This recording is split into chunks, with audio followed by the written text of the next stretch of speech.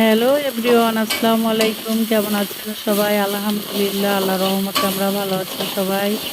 এই তো ছোটো আম্মুর রান্না প্রায় শেষের দিকে। আমার একটু দেরি হয়ে গেছে ছোটো আম্মুর কাছে আসতে।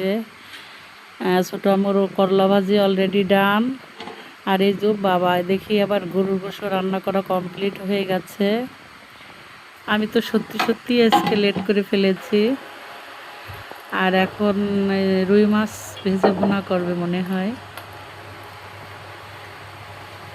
তো দেখি আমি শেষ সময় এসে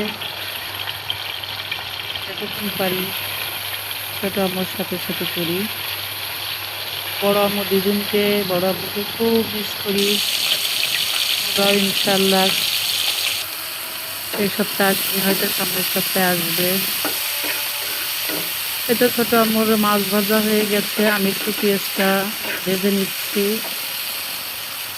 এখানে একে একে সব ধরনের মশলা কষিয়ে নেবে। দেখুন বন্ধুরা, আকাশের অবস্থাটা কি! সত্যি আষাঢ় মাস একে বলে। প্রচণ্ড মেঘ করেছে, মনে হচ্ছে এখনই নামবে ঢল।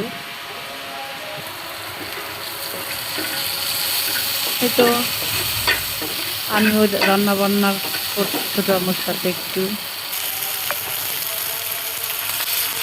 এখানে একে একে একটু একটু করে আদা বাটা, রসুন বাটা, জিরে ধনিয়ার গুঁড়া, টমেটোর গুঁড়া সব মশলা দিয়ে পানি দিয়ে, পানি ফুটে গেলে মাছটা দিয়ে দিল।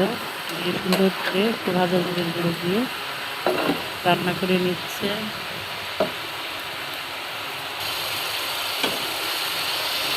তো বন্ধুরা, আমাদের রুই মাছটা ভুনা হয়ে গেছে, এখন বানিয়ে নেব।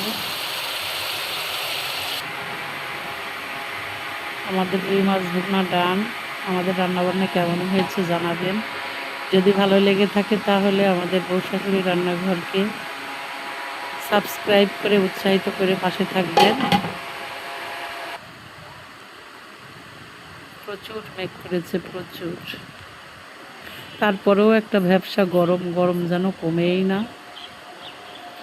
এই তো বন্ধুরা, ছোট্ট একটা ভিডিও শেয়ার করলাম। সবাই ভালো থাকবেন, সুস্থ থাকবেন, আমাদের জন্য দোয়া করবেন। দেখা হবে, কথা হবে পরবর্তী ভিডিওতে। সেই পর্যন্ত আল্লাহ হাফেজ।